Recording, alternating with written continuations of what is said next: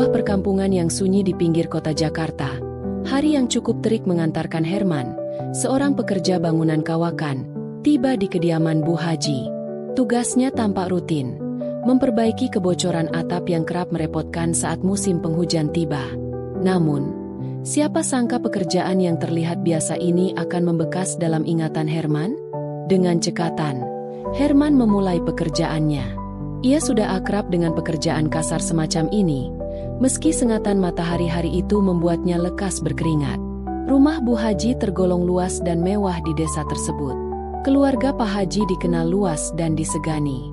Pak Haji, seorang tokoh masyarakat yang ramah dan peduli, sedang bertugas di luar kota, meninggalkan Bu Haji seorang diri di rumah megah itu.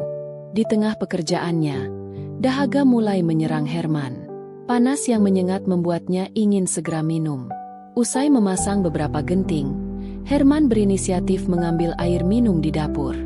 Bu Haji memang biasa mempersilakan pekerja di rumahnya untuk mengambil minum sendiri, tanpa perlu sungkan. Saat menyusuri lorong panjang menuju dapur, Herman merasakan betul betapa heningnya rumah itu. Sepi, hingga suara detik jam dinding terdengar jelas. Langkahnya pelan menuju dapur. Namun, saat melintasi dekat kamar Bu Haji, sesuatu menarik perhatiannya. Pintu kamar itu terbuka sedikit, hanya celah kecil, namun cukup bagi Herman untuk melihat ke dalam. Herman menelan ludah. Ia sadar ini bukan urusannya, namun rasa ingin tahu mulai mengusik pikirannya. Di dalam kamar, tampak sekilas Bu Haji berdiri menghadap cermin. Ia terlihat membenahi kerudungnya sambil menatap dirinya dengan seksama. Meski hanya sebentar, Herman menangkap guratan lelah di wajah Bu Haji. Ada sesuatu yang berbeda, yang belum pernah ia lihat sebelumnya. Sejenak, Herman mencoba mengabaikan rasa ingin tahunya dan melanjutkan langkah ke dapur. Namun, setibanya di dapur saat menuangkan air, bayangan Bu Haji tak kunjung hilang dari benaknya. Mengapa pintu kamarnya terbuka begitu? Apakah Bu Haji sedang menanti seseorang? Ia kembali meneguk air, mencoba mengenyahkan rasa penasaran itu. Namun, semakin ia berusaha melupakan, semakin kuat pula dorongan untuk kembali melihat ke arah kamar. Ah, mungkin hanya kebetulan, pikirnya, mencoba menenangkan diri. Namun, dorongan itu tetap ada. Hanya beberapa langkah dari dapur, pintu kamar itu masih setengah terbuka, seolah mengundang untuk diintip. Jantung Herman berdebar lebih cepat. Sebagian dirinya ingin tahu lebih. Namun ia sadar keingintahuannya bisa menimbulkan masalah. Herman terdiam di lorong, ragu antara melanjutkan kerja atau mengikuti rasa penasarannya. Tiba-tiba, ia mendengar suara lirih dari dalam kamar Bu Haji, seperti bisikan atau mungkin hembusan angin. Namun, bagi Herman, suara itu cukup untuk membuatnya terpaku, tanpa tahu harus berbuat apa. Saat Herman berdiri di lorong, suara samar itu terdengar lagi, membuatnya sedikit merinding. Ia tak yakin apakah itu angin atau bukan, namun suara itu memicu keingintahuannya. Antara ingin melanjutkan pekerjaan dan ditarik rasa penasaran, Herman tetap membeku. Bagaimanapun, ini rumah Bu Haji, seorang yang terhormat, dan ia harus menjaga sopan santun. Namun, bisikan halus dari kamar itu seolah terus memanggil.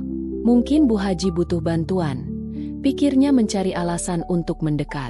Dalam hati, Herman tahu ini bisa dianggap lancang, tapi rasa penasaran mengalahkan logikanya. Dengan perlahan, ia mendekati pintu kamar yang terbuka sedikit itu. Herman mengintip hati-hati agar tak terlihat Bu Haji. Dari celah pintu, ia melihat Bu Haji masih berdiri di depan cermin, menatap pantulannya. Wajahnya tampak berbeda kali ini. Ada kerinduan atau kesedihan di matanya, yang jarang ia tunjukkan.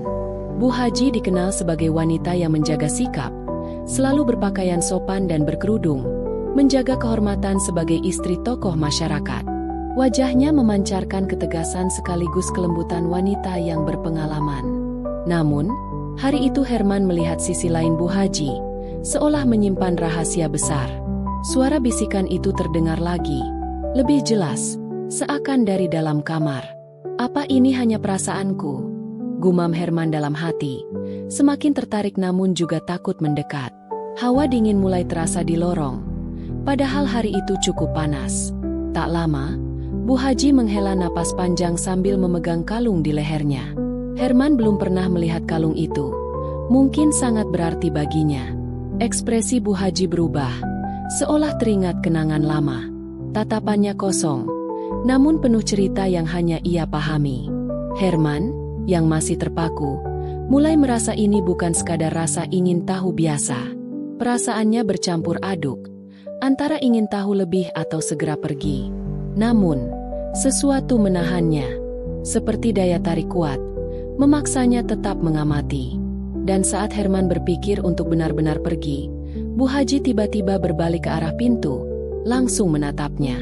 Jantung Herman berdebar kencang, matanya terbelalak, takut ketahuan mengintip. Namun, mengejutkannya, Bu Haji hanya tersenyum tipis, seolah sudah menyadari kehadirannya sejak awal. "Herman, sudah selesai di atap?" tanyanya lembut, suaranya tenang. Herman tersentak, bingung menjawab. Ia mengangguk gugup, berusaha tenang meski jantungnya masih berdebar. "Iya, Bu Haji. Saya hanya mau ambil air di dapur." Bu Haji mengangguk pelan, masih dengan senyum misteriusnya.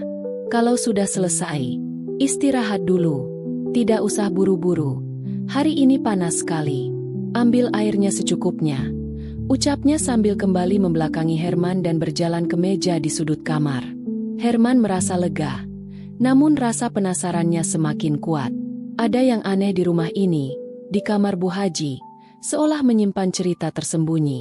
Herman duduk di kursi dapur, menatap kosong gelas air di tangannya.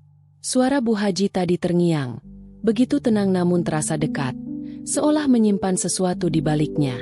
Rasa penasaran yang tadi ia coba redam kembali muncul, lebih kuat. Ia tahu ini bukan urusannya, tapi ada sesuatu dalam diri Bu Haji yang membuatnya tak bisa berpaling.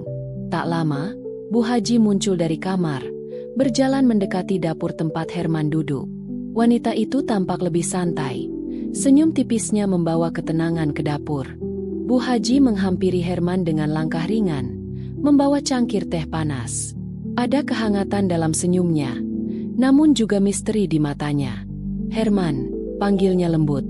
"Kamu kelihatan lelah. Biar saya buatkan teh hangat biar segar lagi," lanjutnya sambil meletakkan teh di depan Herman. Herman mengangguk pelan, berterima kasih dengan nada rendah. Ia merasa canggung, namun Bu Haji duduk di seberangnya, menghadapinya dengan senyum yang tak pudar. Herman berusaha tenang, namun kehadiran Bu Haji yang dekat membuatnya sedikit salah tingkah. "Sudah lama kamu kerja sebagai tukang bangunan?" tanya Bu Haji, suaranya lembut dan penuh perhatian. Herman sedikit kaget. Biasanya, majikan tak banyak bicara, hanya memberi instruksi. Tapi, Bu Haji berbeda. Ada sesuatu dalam caranya bertanya yang membuatnya merasa dihargai.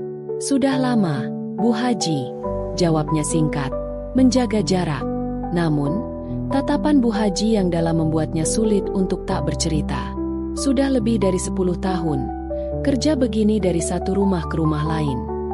Bu Haji mengangguk, seolah memahami perjuangan Herman.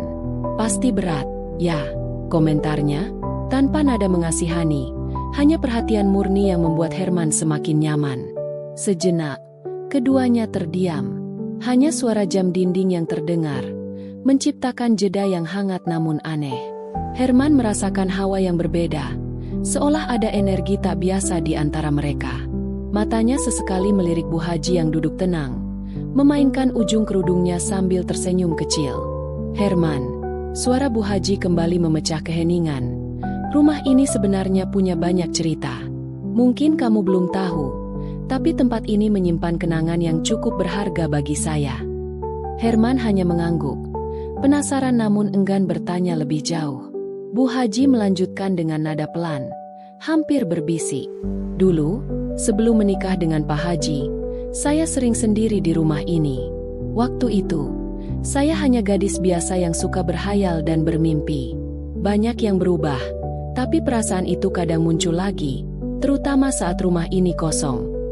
Herman mendengarkan seksama, semakin larut dalam cerita Bu Haji.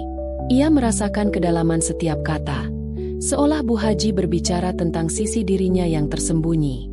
Mata Bu Haji menatap lurus ke arah Herman, dan di sana, di balik tatapan hangatnya, ada sesuatu yang berbeda, sesuatu yang intim namun sulit diungkapkan. Jantung Herman berdebar lebih cepat. Entah apa yang terjadi, tapi kehadiran Bu Haji kini tak lagi terasa seperti majikan dan pekerja. Ada kehangatan dan kedekatan yang mengalir, membuatnya tak ingin meninggalkan dapur itu. Saat itu, Bu Haji mendekatkan teh ke mulutnya, minum seteguk lalu tersenyum tipis. Hidup memang penuh misteri ya, Herman. Kadang yang kita cari justru datang saat tak kita harapkan. Herman mengangguk, terpaku pada setiap kata Bu Haji. Ia merasa tenggelam dalam dunia yang diciptakan kata-kata itu. Dunia yang hangat dan penuh cerita tersimpan. Apa sebenarnya yang dirasakan Bu Haji? Mengapa ia begitu akrab, begitu nyaman di dekatnya? Keheningan kembali meliputi, dan kali ini Herman tahu sesuatu telah berubah di antara mereka. Sebuah hubungan yang lebih dari sekadar majikan dan pekerja, tak terucapkan namun jelas terasa. Keheningan di dapur perlahan memudar saat Bu Haji kembali menatap Herman, kali ini dengan tatapan lebih lembut, seolah ada kisah yang ingin ia bagi. Terperangkap oleh tatapan itu, Herman tak bisa berpaling. Meski bukan pertama kali ia di rumah Bu Haji, keintiman yang tercipta terasa begitu berbeda, begitu dalam. Bu Haji mulai bercerita tentang masa lalunya, kenangan yang ia simpan rapat di hati. Dulu, sebelum menikah dengan Pak Haji, saya bukanlah siapa-siapa, gadis kampung yang bermimpi besar, namun harus menerima kenyataan hidup yang berbeda. Ucapnya pelan, hampir berbisik. Matanya menerawang jauh, seolah menembus waktu. Herman mengangguk pelan, memperhatikan setiap kata. Ia merasakan bahwa kenangan itu membawa perasaan mendalam bagi Bu Haji. Dan untuk pertama kalinya, ia melihat wanita itu sebagai seseorang dengan perjuangan hidup besar, bukan hanya istri Pak Haji yang dihormati. Ada sisi rapuh yang tersembunyi di balik sosok kuatnya. Saat menikah dengan Pak Haji, saya tahu hidup saya akan berubah. Tak ada lagi kebebasan seperti dulu, dan saya harus belajar banyak hal untuk menjadi pasangan yang pantas bagi beliau. Tapi di hati saya, ada perasaan yang tak pernah bisa hilang begitu saja. Sebuah mimpi yang saya tinggalkan, lanjut Bu Haji, tersenyum pahit. Herman merasa empati mendalam. Ia tahu setiap orang punya kisahnya sendiri, namun tak menyangka di balik kerudung Bu Haji yang tegar, ada cerita pengorbanan. Ia ingin berkata sesuatu, namun rasa hormat membuatnya diam. Bu Haji menatap Herman lagi, kali ini dengan pandangan dekat, seolah ingin menyampaikan sesuatu yang tak terucap. Jantung Herman berdebar kencang. Perasaan yang ia coba redam sejak awal kini semakin tak terkendali. Ia tahu ini bukan saat yang tepat, tapi keintiman di antara mereka begitu nyata. Kamu tahu, Herman, kadang yang kita cari tak selalu bisa kita miliki, tapi kita bisa menyimpannya di hati sebagai kenangan yang tak terlupakan, ucap Bu Haji lembut. Herman tersenyum samar, memahami maksud kata-kata itu. Ada sesuatu yang personal dalam setiap ucapan, sesuatu yang hanya mereka berdua yang mengerti. Suasana di dapur menghangat, seolah dunia luar tak lagi penting. Keheningan kembali meliputi, namun kali ini terasa nyaman, penuh pengertian tanpa kata. Kini Herman bukan lagi sekadar memperbaiki atap, tapi seperti memiliki pekerjaan khusus untuk Bu Haji. Mereka berdua sama-sama menyadari bahwa hubungan mereka lebih dari sekadar majikan dan pekerja. Ada rasa saling menghargai, memahami, bahkan mungkin ikatan yang tak bisa dijelaskan logika. Setelah beberapa saat, Bu Haji berdiri, mengakhiri keheningan dengan senyum lembut. Terima kasih, Herman. Kadang kita hanya perlu seseorang untuk mendengarkan. Itu sudah lebih dari cukup. Herman mengangguk hormat, merasa terhormat telah dipercaya mendengar cerita Bu Haji. Ia menyadari bahwa tak semua kenangan harus diungkapkan, dan tak semua perasaan harus memiliki akhir nyata. Beberapa hal lebih indah jika tetap tersimpan dalam hati, seperti kenangan yang baru saja mereka bagi bersama. Dengan langkah pelan, Bu Haji meninggalkan dapur, meninggalkan Herman sendiri. Namun Herman tahu ia telah menerima hadiah tak ternilai, kepercayaan dan kenangan yang akan ia bawa selamanya. Hari itu terasa berbeda bagi Herman. Setelah percakapan di dapur, ia menyadari hubungannya dengan Bu Haji telah berubah, bukan dalam artian salah, melainkan dalam kedalaman yang sulit dijelaskan. Ia kini merasakan ikatan tak terlihat yang menghubungkan mereka, sebuah kepercayaan yang telah diberikan padanya, dan ia merasa terhormat untuk itu. Beberapa minggu berlalu, Herman masih bekerja di rumah Bu Haji, namun kali ini dengan perasaan berbeda. Setiap kali melihat Bu Haji, ia merasakan kehangatan dan kenyamanan, seolah telah melalui sesuatu bersama. Mereka tak pernah lagi membahas kenangan yang terungkap saat itu, tapi dalam tatapan dan senyuman Bu Haji, Herman tahu percakapan itu tak akan terlupakan. Suatu sore, saat pekerjaan hampir selesai, Herman merapikan peralatan di halaman. Ia siap berpamitan. Tahu ini mungkin terakhir kali ia bekerja di sana. Pekerjaan selesai, dan hatinya terasa berat meninggalkan rumah ini, terutama Bu Haji, yang telah memberinya pengalaman tak terduga. Sebelum pergi, ia menuju pintu depan, berharap bisa berpamitan. Sebuah suara lembut menyapanya, dan saat menoleh, Bu Haji sudah berdiri di sana dengan senyum hangatnya. Ia penuh perasaan tak terucapkan. "Terima kasih, Herman, sudah membantu memperbaiki rumah ini," ucap Bu Haji sambil menyodorkan amplop berisi upah terakhirnya. "Tapi, bukan hanya rumah ini yang kamu bantu perbaiki," lanjutnya pelan, seolah ada makna mendalam di balik kata-katanya. Herman menerima amplop itu dengan syukur. Ia tahu maksud Bu Haji. Ini bukan hanya rumah yang ia perbaiki, tapi juga sesuatu di hati Bu Haji, sebuah kenangan, mungkin juga kerinduan yang selama ini tersimpan. "Terima kasih, Bu Haji, atas segalanya," jawab Herman, merasa kata-kata tak cukup mewakili perasaannya. Ia tersenyum, lalu menunduk hormat sebelum berbalik pergi. Namun, saat melangkah, Bu Haji memanggilnya lagi. "Herman." Herman berbalik, mendapati Bu Haji masih tersenyum lembut. "Ingatlah, kita tak selalu bisa memiliki apa yang kita inginkan, tapi kita selalu bisa mengenangnya." Kata-kata sederhana namun penuh makna itu akan selalu melekat di benak Herman. Ia mengangguk, memahami pesan itu sepenuh hati.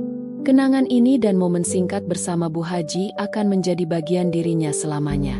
Dengan langkah mantap, Herman pergi meninggalkan rumah itu, membawa pulang bukan hanya upah, tapi juga pelajaran hidup yang tak ternilai. Ia merasa kehangatan dan kepercayaan dari Bu Haji telah memperkaya dirinya. Meskipun tak akan bertemu lagi, momen-momen itu akan terus hidup di hatinya. Hari itu, Herman berjalan pulang dengan perasaan berbeda. Ia menyadari bahwa beberapa orang hadir dalam hidup kita hanya sebentar, namun memberi kesan mendalam. Dan Bu Haji adalah salah satunya. Terima kasih telah mengikuti kisah penuh makna ini. Dari pertemuan singkat di balik hiruk-pikuk kehidupan, sepotong hati yang hancur mencari pelipur lara di negeri orang. Amelia, seorang janda muda dari kota hujan, harus menghadapi kenyataan pahit perceraian dan beban ekonomi keluarga. Ia berangkat ke Abu Dhabi sebagai pekerja migran, berharap menemukan secercah harapan. Namun, takdir membawanya ke dalam pusaran pernikahan siri yang penuh misteri, perlakuan tak terduga, dan pergolakan batin. Mampukah Amelia menemukan kembali dirinya dan membangun kehidupan baru dari puing-puing luka lama? Ikuti kisahnya yang penuh ketabahan dan perjuangan. Namaku, Amelia, seorang janda muda berusia 27 tahun, berasal dari kota hujan. Perceraian yang menimpaku 2 tahun lalu terasa bagai robekan yang menyayat jiwa. Suamiku meninggalkanku hanya karena aku tak langsung hamil dalam setahun pernikahan. Padahal dokter menyatakan rahimku sehat. Namun, ia memilih wanita lain yang katanya lebih subur. Sejak itu, hidupku terasa hancur. Aku kembali ke rumah orang tuaku yang sederhana, membawa luka dan malu. Ayah sudah lama berpulang, dan ibu, yang tubuhnya mulai membungkuk serta sering batuk, hanya bisa memelukku dalam diam. Kami hidup dari warung kecil peninggalan almarhum ayah.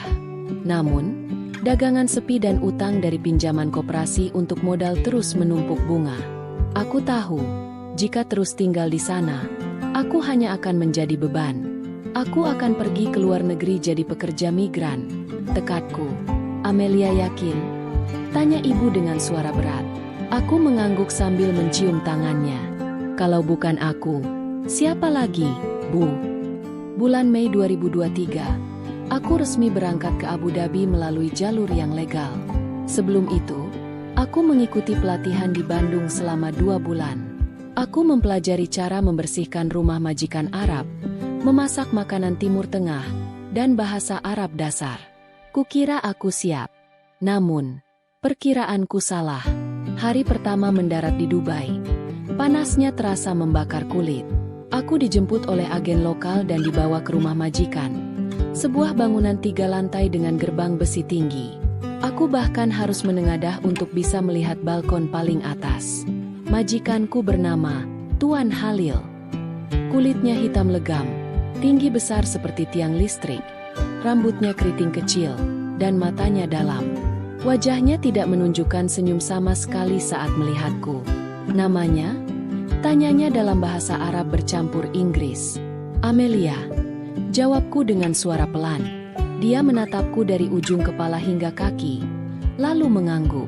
Kerja bagus, tidak masalah. Sejak hari itu, aku mulai menjalani hidup sebagai pembantu rumah tangga. Di rumah itu hanya ada 3 orang, Tuan Halil, ibunya yang sudah tua dan sakit-sakitan, serta seorang sopir Bangladesh bernama Ahmed. Tuan Halil belum punya anak. Istrinya sedang kembali ke negaranya. Konon karena mereka bertengkar hebat soal keturunan. Aku melakukan semuanya, menyapu, mengepel, mencuci, bahkan mengurusi ibunya yang rewel. Namun, aku bersyukur karena Tuan Halil tak pernah berkata kasar. Ia hanya dingin, seperti patung berjalan. Minggu-minggu berlalu, perlahan aku mulai terbiasa. Namun, satu malam, segalanya berubah. Malam itu, aku sedang mencuci piring di dapur ketika Tuan Halil memanggilku. Amelia, ke ruang tamu sekarang. Aku membersihkan tanganku dan segera berjalan menuju ruang tamu. Di sana ia duduk dengan mengenakan jubah panjang. Wajahnya serius. Di sampingnya ada 2 orang lelaki tua berjubah putih dan sorban. Mereka tampak seperti tokoh agama. Ada apa, Tuan? Dia menatapku lama, lalu mengucapkan kata-kata yang membuat tubuhku lemas. Aku ingin nikah siri denganmu. Mulai malam ini. Aku pikir aku salah dengar. Ah, apa, Tuan? Dia mengangguk. Istriku sudah kembali ke negaranya. Dia tak akan kembali. Aku butuh perempuan yang bisa melayaniku, bukan hanya sebagai pembantu. Hatiku bergetar. Tapi, aku hanya pembantu.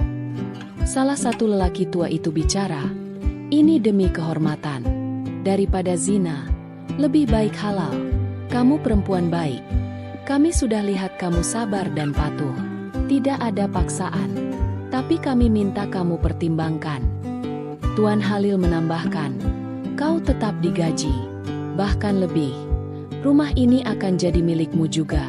Ibu tidak keberatan. Aku hanya bisa terdiam. Dunia terasa berputar. Aku ingin menolak. Tapi aku tahu, jika aku kabur, aku tak punya tempat. Jika aku pulang, utang ibuku tetap menanti. Aku tak punya pilihan. Malam itu aku menangis di kamar. Aku tidak tidur. Aku hanya memeluk bantal, meratapi nasib. Namun di pagi harinya, aku bangun dengan satu keputusan. Demi ibuku, demi hidupku, aku akan terima. Meski hatiku menjerit.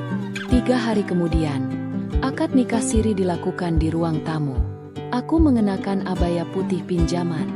Tuan Halil duduk di sampingku, tangannya besar, terasa dingin saat menyentuh punggung tanganku. Suaranya lantang saat mengucap ijab kabul, kabil tunika hawatasiwa. Aku hanya menangis dalam hati. Hari itu, aku resmi menjadi istri kedua majikan Arab berkulit hitamku. Tidak ada pesta, tidak ada kebahagiaan, hanya perasaan asing yang menggantung di dadaku. Dan malam itu adalah malam pertama kami. Aku menggigil saat masuk ke kamar lantai 2. Kamar besar itu gelap. Hanya lampu tidur menyala. Di atas ranjang, Tuan Halil duduk sambil membuka jubahnya perlahan. "Amelia," katanya, "sekarang kau istriku. Tidak ada yang perlu ditakutkan." Tapi aku takut. Sangat takut. Aku berdiri kaku di tepi ranjang. Dia bangkit dan mendekatiku. Tubuhnya besar. Bayangannya menutupi cahaya. Aku bisa mencium aroma tubuhnya. Maskulin dan asing. Dia membelai rambutku. Lalu mulai melepas kerudungku. "Tenang, aku tidak kasar," ucapnya. Namun saat ia mulai menyentuhku lebih dalam, aku tahu, aku salah. Malam pertama di negeri orang. Malam itu, kamar terasa seperti lubang yang menelanku hidup-hidup. Suasana sunyi. Tidak ada suara kecuali detak jantungku yang berdegup kencang. Aku, Amelia, berdiri gemetar di hadapan pria besar itu. Suamiku sekarang, secara hukum agama. Tapi hatiku masih belum bisa menerima kenyataan ini. Tuan Halil menghampiriku perlahan. Wajahnya tak berubah, datar, tak menunjukkan gairah, apalagi kelembutan. Tapi mata itu menyala seperti bara. Begitu ia menatapku, aku merasa seperti rusa yang terjebak dalam bidikan senapan pemburu. "Aku tak akan menyakitimu," katanya dalam suara berat dan dalam. Tapi jantungku justru makin berdebar. Dia menyentuh pipiku. Jemarinya kasar, panas. Aku menutup mata. Tubuhku menegang. Aku tidak siap. Tidak seperti ini. "Duduk," perintahnya sambil menepuk sisi ranjang. Aku menurut. Walau lututku gemetar. Dia membuka jubahnya. Dan disitulah tubuhku membeku. Tubuhnya besar, berotot. Dan kulit hitamnya tampak mengilap oleh lampu tidur yang temaram. Tapi bukan itu yang membuatku syok. Di balik jubah itu, dia mengenakan pakaian kulit ketat, berwarna hitam, dengan rantai logam melilit di bagian dadanya. Seperti kostum aneh dari film-film barat yang pernah kulihat sekilas saat di warnet dulu. Aku menahan napas. "Tuan, itu apa?" Dia menatapku, lalu berkata pelan. Aku terbiasa dengan gaya barat. Gaya dominan. "Aku tak memaksa, tapi kau harus belajar menerima. Ini malam pertamamu, tapi bukan malam pertamaku." Aku ingin lari. Aku ingin berteriak. Tapi aku terjebak. Dia mengambil kotak kayu dari bawah tempat tidur, lalu membuka isinya. Di dalamnya ada benda-benda yang tidak kupahami. Tali panjang, kain penutup mata, benda logam kecil, dan semacam cambuk kecil. "Tidak semua harus digunakan," katanya. "Tapi aku ingin kau tahu bahwa aku tidak seperti pria-pria biasa." Saat dia mulai memasang kain penutup mata di wajahku, air mataku menetes. Bukan karena sakit, tapi karena rasa takut yang menekan dadaku seperti batu besar. Aku merasa seperti boneka kayu, tak punya kuasa. Malam itu terasa seperti berjam-jam. Dia tidak menyakitiku secara fisik, tidak memaksaku sampai berdarah. Tapi perlakuannya, cara dia memperlakukan tubuhku, seperti properti, seperti eksperimen, membuat jiwaku menjerit. Aku tidak bisa menatap wajahnya. Aku hanya bisa menatap langit-langit kamar, menahan napas, dan mengucap istighfar dalam hati. "Sudah," katanya akhirnya, melepaskan kain dari mataku. Aku menangis dalam diam. Dia tak berkata apa-apa lagi. Hanya berbaring di sisi ranjang, lalu memejamkan mata dan tidur seperti tak terjadi apa-apa. Aku bangkit, mengambil mukena, dan masuk ke kamar mandi. Aku menangis di lantai dingin sambil bersujud. Ya Allah, kenapa aku harus mengalami ini? Aku tak bisa tidur malam itu. Esok paginya, aku seperti mayat hidup. Aku tetap bangun pagi, membuatkan sarapan untuk ibunya, menyapu, dan mencuci pakaian. Tapi hatiku kosong. Setiap kali aku melihat ke arah kamar atas, tubuhku gemetar sendiri. Tuan Halil tetap bersikap dingin, seakan tak terjadi apa-apa. Dia hanya bilang, "Kau istri yang baik. Tidak semua wanita bisa menuruti seperti semalam." Aku terdiam. Dalam hati aku berkata, bukan karena aku kuat, tapi karena aku tak punya pilihan. Hari-hari berikutnya berjalan seperti kabut. Setiap malam, aku naik ke kamarnya dengan jantung gemetar. Kadang dia hanya menyentuhku. Kadang dia meminta hal-hal aneh yang tak bisa kuceritakan. Tapi aku patuh. Karena setiap kali aku ragu, aku teringat wajah ibu di kota hujan. Ibu yang menungguku mengirim uang untuk berobat. Tuan Halil mulai memberiku hadiah. Kalung emas, parfum mahal, bahkan ponsel baru. Tapi tak ada satupun yang bisa menambal luka di hatiku. Aku hanya merasa seperti pembantu yang dibungkus label istri. Suatu hari, aku melihat sesuatu yang membuat jantungku hampir berhenti. Aku sedang membersihkan kamar Tuan Halil saat menemukan album foto di laci mejanya. Rasa penasaran membawaku membukanya. Dan di sanalah kulihat gambar-gambar Tuan Halil dengan berbagai perempuan, bule, Arab, bahkan wanita Asia. Semuanya mengenakan kostum aneh. Semuanya seperti foto-foto dari dunia yang asing bagiku. Kupandangi satu persatu dengan dada sesak. Aku bukan yang pertama. Aku mungkin juga bukan yang terakhir. Saat itu aku tahu, pernikahan ini bukan cinta. Bukan juga ibadah. Ini hanya permainan baginya. Beberapa minggu kemudian, istri pertamanya kembali. Wanita Arab tinggi dan angkuh. Namanya Yasmin. Dia datang dengan membawa koper dan wajah masam. Dia menikah lagi dengan pembantu. Katanya dengan nada tajam sambil menunjuk ke arahku. Tuan Halil hanya diam. Yasmin memelototiku seolah aku kutu busuk. Aku tidak akan tidur di rumah ini selagi perempuan ini masih ada. Hari itu, pertengkaran besar terjadi. Ibu Tuan Halil jatuh pingsan karena mendengar keributan. Aku ikut membantu memanggil dokter. Setelah itu, Tuan Halil memanggilku ke ruangannya. Mulai sekarang, kau tidur di lantai 3. Aku akan mengaturnya. Jangan khawatir. Aku hanya mengangguk. Aku tahu. Gelombang besar baru saja mulai. Hari-hari berikutnya seperti mimpi buruk yang tak kunjung selesai. Yasmin tak pernah berhenti memelototiku. Dia bahkan beberapa kali menggeledah tasku dan memaki dalam bahasa Arab yang kasar. Tapi aku diam. Karena aku tahu, jika aku melawan, aku bisa diusir. Dan jika aku diusir, aku pulang tanpa hasil. Aku bertahan. Tapi batinku terus retak. Aku mulai mencatat semua kejadian malam demi malam di buku kecil yang kusembunyikan di balik tumpukan handuk. Disitulah aku mencurahkan semua luka, semua ketakutan, dan semua rasa jijik yang terpendam. Hanya di sana aku bisa jadi diriku sendiri. Sampai suatu malam, Tuan Halil membacanya. Dan semuanya berubah. Rahasia terbongkar. Luka terbuka. Malam itu aku baru selesai membersihkan dapur ketika Tuan Halil berdiri di ambang pintu kamarku di lantai 3. Wajahnya tak seperti biasanya. Bukan datar, tapi dingin. Mengandung bara yang siap meledak. Tangannya memegang sebuah buku kecil warna coklat tua. Hatiku langsung mencelos. Itu buku harianku. Aku menemukannya di bawah tumpukan handuk. Katanya dalam bahasa Arab yang jelas, pelan namun menusuk. Kau pikir aku tak bisa baca tulisanmu? Aku gunakan penerjemah Google. Semuanya terbuka. Aku tercekat. Tubuhku lunglai. Aku ingin bersimpuh, minta maaf. Tapi mulutku terkunci. Jadi selama ini, lanjutnya, kau jijik padaku?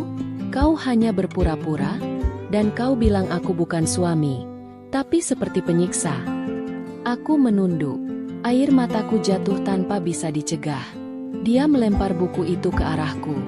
Buku itu memantul di lantai lalu terbuka pada halaman yang paling menyakitkan. Tulisan tanganku 2 malam sebelumnya. Ya Allah, aku merasa tubuh ini bukan milikku lagi. Aku diperlakukan seperti boneka. Malam-malamku penuh ketakutan. Tak ada cinta. Hanya paksaan yang disamarkan oleh kata suami. Tuan Halil mengepalkan tangan. Kenapa tidak bilang dari awal? Aku berusaha mengatur napas. Aku takut. Dia tertawa pendek. Takut kehilangan fasilitas? Takut tak bisa kirim uang ke ibumu? Takut kembali jadi janda miskin di kampungmu? Kalimat itu seperti tamparan keras. Aku mendongak pelan. Mata kami bertemu. Untuk pertama kalinya, aku berani bersuara meski terbata. Aku tidak pernah minta pernikahan ini. Aku hanya pembantu yang terjebak dalam permainan tuan rumah. Aku menurut karena tidak punya tempat lain. Tapi aku tetap manusia. Aku punya rasa takut, trauma, dan luka. Tuan Halil mendekat. Tapi kali ini tidak dengan aura mendominasi. Matanya tak lagi merah. Seperti ada luka juga di dalam dirinya. Aku dibesarkan dalam rumah tanpa kelembutan, katanya pelan. Ibuku keras. Ayahku meninggal muda. Istriku yang pertama hanya tahu marah dan pamer di media sosial. Aku mencari perempuan yang bisa mengerti. Tapi aku tak tahu caranya mencintai dengan benar. Untuk sesaat, dunia sunyi. Bahkan suara AC pun terdengar jauh. Lalu kau pilih aku? Tanyaku pelan. Pembantu? Perempuan yang bahkan tak percaya diri sendiri. Dia duduk di ujung ranjang. Karena sejak kau datang, rumah ini jadi berbeda. Nah, ibuku suka padamu. Bahkan Ahmed, sopir itu, bilang kau lebih seperti cahaya daripada pembantu. Aku menunduk. Kata-katanya seperti obat, tapi juga menambah perih. Karena hatiku sudah terlalu lelah. Malam-malam itu, aku tidak tahu kau setakut itu. Aku mengangguk pelan, karena aku tidak tahu bagaimana harus bilang. Aku dibesarkan untuk patuh, untuk diam. Malam itu kami bicara lama.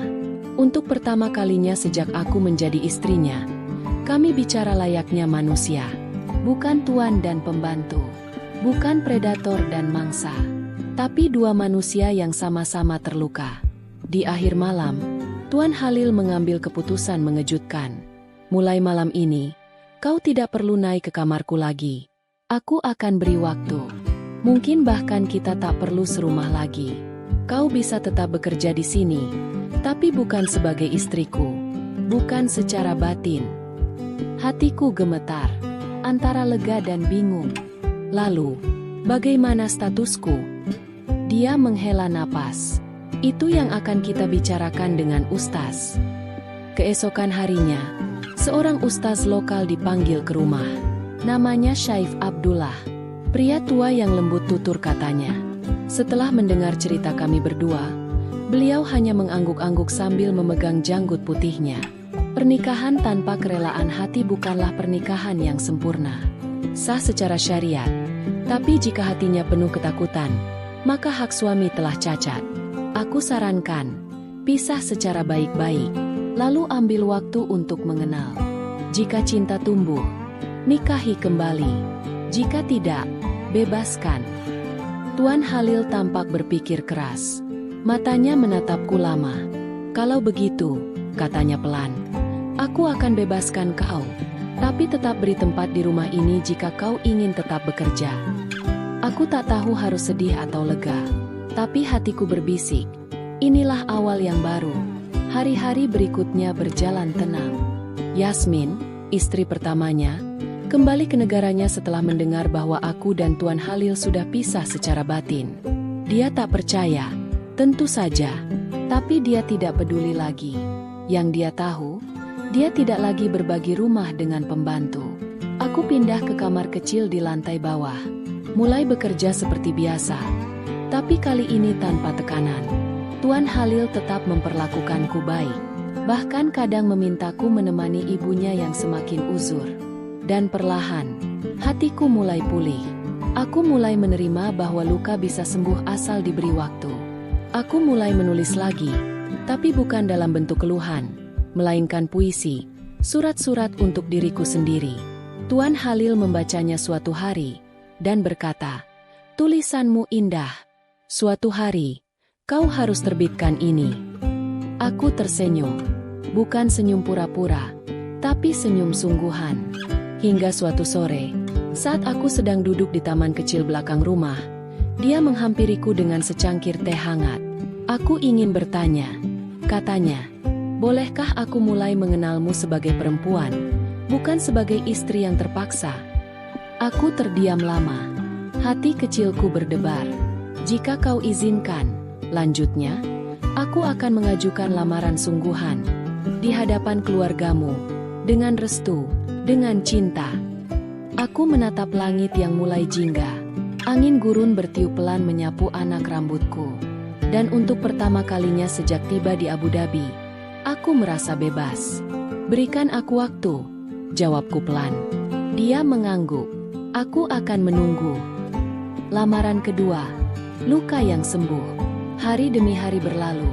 Hubunganku dengan Tuan Halil kini benar-benar berubah. Tak ada lagi panggilan istri. Tak ada lagi malam menegangkan. Tidak juga tekanan dari ibu tirinya atau kecurigaan dari orang-orang rumah. Aku kini hanyalah Amelia, perempuan biasa yang bekerja menjaga rumah dan merawat seorang wanita tua yang kesepian. Tapi, hatiku mulai berubah. Entah sejak kapan, senyumnya tak lagi membuatku waspada. Tatapannya tak lagi membuatku merasa terintimidasi. Ia menjadi manusia. Mungkin karena ia berhenti memaksakan. Mungkin karena ia mulai belajar mendengar. Atau mungkin karena aku mulai memaafkan. Sore itu, saat aku tengah menyiram tanaman kecil di teras belakang, dia mendatangiku membawa sesuatu di tangannya, kotak kecil beludru merah. Aku tercekat. Amelia, katanya pelan, suaranya berat tapi lembut. Aku sudah bicara dengan keluargamu lewat video call. Aku sudah sampaikan niat baikku. Mereka bilang, keputusan di tanganmu. Aku tak berani menjawab. Hanya bisa menggenggam gagang penyiram air dengan kencang. Kali ini, bukan karena kau pembantu. Bukan karena kasihan. Tapi karena aku jatuh cinta padamu. Pada ketabahanmu. Pada ketulusanmu. Dia membuka kotak itu. Sebuah cincin emas putih sederhana tampak berkilau. Tak mewah, tapi indah. Bolehkah aku melamarmu, bukan sebagai majikan, tapi sebagai lelaki biasa? Air mataku meleleh tanpa bisa kutahan. Aku butuh waktu. Dia tersenyum, tak kecewa. Ambillah waktu sebanyak yang kau perlu. Aku akan tetap di sini, menunggu. Dan untuk pertama kalinya, aku percaya. Beberapa minggu setelahnya, aku akhirnya memberanikan diri menghubungi ibuku. Percakapan kami di video call malam itu membuatku benar-benar menatap kembali masa lalu yang menyakitkan. Kau masih di rumah dia? Tanya ibu langsung. Kenapa tidak pulang saja? Atau, jadi istri sah sekalian? Aku menghela napas. Bu, dulu ibu yang paksa aku menikah diam-diam. Hanya karena Tuan Halil punya uang dan mau bantu bayar utang. Ibu mendengus. Ibu lakukan itu demi kamu juga. Demi aku. Atau demi rasa malu karena utang menumpuk dan takut digerebek tetangga. Ibu diam. Lalu berkata, jadi kau tidak akan menikah dengannya. Aku tersenyum kecil. Aku mungkin akan menikah dengannya. Tapi kali ini bukan karena terpaksa. Tapi karena aku mulai mencintainya. Ibu tertunduk. Hati ibu. Sudah aku maafkan, Bu. Tapi aku harap setelah ini, jangan paksa aku lagi. Biarkan aku memilih jalanku. Percakapan itu mengukuhkan hatiku. Luka lama telah sembuh. Bukan karena dilupakan, tapi karena sudah aku terima. Malam itu, aku mendatangi kamar Tuan Halil. Bukan sebagai istri, tapi sebagai perempuan yang ingin bicara dari hati ke hati. Aku sudah siap, kataku pelan. Dia menoleh dengan kaget. Untuk apa? Untuk jadi istrimu. Kali ini dengan restu hatiku. Tuan Halil berdiri. Tak percaya. Amelia, kau yakin? Aku mengangguk. Dia memelukku. Erat, hangat. Aku berjanji akan jadi suami yang kau butuhkan. Bukan sekadar laki-laki diranjang, tapi pelindung. Pelindung bicara, dan sahabat sampai akhir usia. Pernikahan kami digelar sederhana. Hanya di ruang tamu. Ibu Halil duduk di kursi roda, menyaksikan dengan mata berkaca-kaca. Sopir Ahmed yang sudah seperti keluarga, menjadi saksi. Dan seorang ustaz menjadi wali.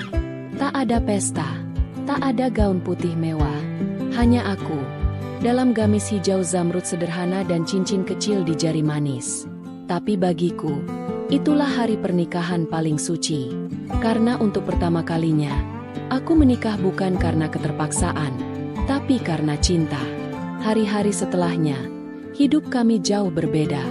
Tuan Halil membangun usaha kecil ekspor kurma organik. Ia memintaku ikut mengelola. Kami bekerja bersama, berbagi lelah, dan sesekali saling bercanda. Kami kini bukan lagi medan pertempuran, tapi tempat untuk berbagi cerita, harapan, dan doa. Ia tak lagi agresif, justru penuh kelembutan. Ia tak ragu mencium keningku setiap pagi atau memasak sarapan jika aku kelelahan. Terkadang aku masih terbangun tengah malam, dibayang-bayangi masa lalu yang kelam. Tapi kini ada tangan hangat yang menggenggamku. Suara berat yang berbisik, "Kau aman, Amelia. Aku ada. Dan aku percaya." Satu pagi di musim dingin, aku merasa mual dan pusing. Kukira hanya karena telat makan. Tapi setelah diperiksa ke dokter, hasilnya membuatku tak mampu menahan air mata. "Aku hamil," kataku pelan pada Halil. Ia terdiam sejenak, lalu memelukku seerat mungkin. "Alhamdulillah, anak kita." Air mata kami menyatu, bukan karena takut, tapi karena syukur yang dalam. Aku, Amelia, mantan pekerja migran dari kota hujan yang pernah menikah karena terpaksa, kini akan menjadi ibu dari cinta yang tumbuh dari luka dan sembuh karena keikhlasan. Rumah yang kutemukan di hati lelaki hitam itu. Waktu berjalan cepat setelah kabar kehamilanku. Perutku yang semula rata mulai membuncit perlahan. Setiap pagi, Halil akan membelai lembut perutku, membisikkan doa-doa dalam bahasa Arab yang tak selalu kupahami, tapi bisa kurasakan ketulusannya. "Kalau anak kita perempuan," katanya suatu pagi sambil menyuapiku roti gandum, "aku ingin namanya mengandung arti kekuatan. Karena ibunya perempuan paling kuat yang pernah kutemui." Aku tertawa kecil. "Kalau laki-laki?" Dia menatapku dan tersenyum. "Aku ingin namanya berarti cahaya. Karena dia datang di saat aku benar-benar butuh petunjuk hidup." Kami menyepakati satu hal. Anak ini akan tumbuh tanpa tekanan, tanpa paksaan. Ia akan mengenal cinta, bukan ketakutan. Ia akan diajari menghargai perempuan, bahkan dari ibunya sendiri. Hubunganku dengan keluarga di kota hujan pun membaik. Ibu kini lebih sering menanyakan kabarku dengan nada yang tulus. Bukan karena butuh uang, tapi karena rindu. "Amelia," katanya di telepon satu malam, "ibu banyak salah, tapi ibu bangga padamu sekarang. Kau bisa lewati semuanya dan jadi perempuan yang kuat." Aku menahan tangis. "Aku bukan kuat, Bu. Aku hanya mencoba bertahan dan Allah beri jalannya." Ibu menangis. Kami menangis. Untuk pertama kalinya, aku merasa benar-benar diakui. Hari-hari kehamilan membuatku lebih banyak di rumah. Halil pun begitu. Ia mengurangi waktu kerja agar bisa menemaniku lebih lama. Bahkan pernah satu malam, dia menyiapkan air hangat dan menggosok kakiku dengan minyak zaitun sambil bercerita tentang masa kecilnya. "Dulu aku sering diejek karena kulitku hitam," katanya. "Mereka panggil aku anak Afrika yang nyasar di Timur Tengah. Tapi kau tahu, kulit ini justru yang mengajariku sabar." Aku menggenggam tangannya erat. "Aku mencintai kulitmu. Bahkan saat pertama kali kita menikah dan aku belum bisa berkata jujur, warna kulitmu satu-satunya hal yang tak membuatku takut." Dia terdiam. "Serius?" Aku mengangguk. "Karena aku lihat kejujuran dalam matamu. Hanya, waktu itu, kamu belum tahu caranya menunjukkan cinta." Anak kami lahir di musim semi. Seorang bayi perempuan mungil dengan kulit coklat bersih seperti ayahnya dan bibir kecil yang terus bergerak seperti sedang menggumam doa. Kami memberi nama Nur Azizah, cahaya yang disayangi dan dihormati. Telinga kanan anak kami diadzani Halil dengan tangisan bahagia yang menetes dari matanya. Dia bergetar tapi suaranya tetap terdengar indah. Dalam hatiku berkata, "Anakku, semoga kamu kuat seperti aku menjalani kehidupan yang penuh ini. Kini aku menemukan sebuah kehidupan yang begitu indah." Nasihat dan pembelajaran. Setiap luka bisa sembuh asalkan diberi waktu dan keikhlasan untuk memaafkan, serta menemukan cinta sejati yang tumbuh